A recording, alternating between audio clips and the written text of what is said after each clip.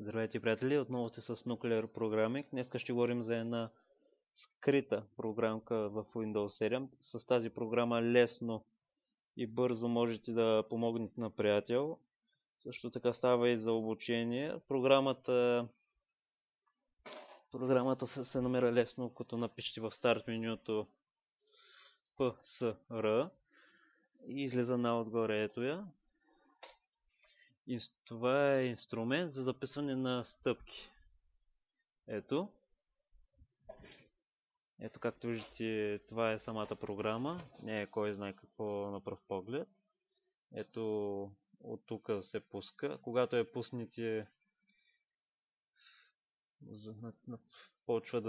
самата програма почва да записва вашите стъпки, това, което сте натиснали.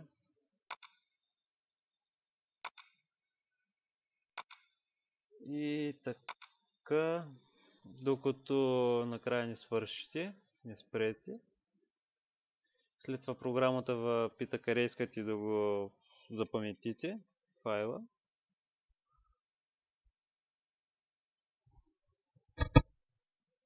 Ето, това е. Най-добре е да се отваря с Windows Explorer. И ето. Както виждате, има подробни описания ето в колко часа и какво точно ще направили.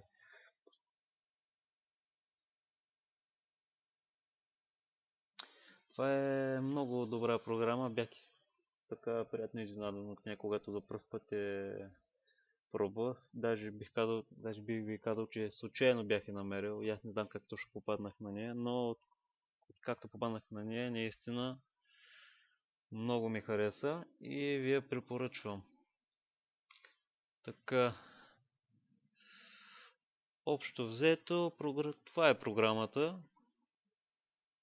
Малка, лесна и разбира се много, ама много полезна.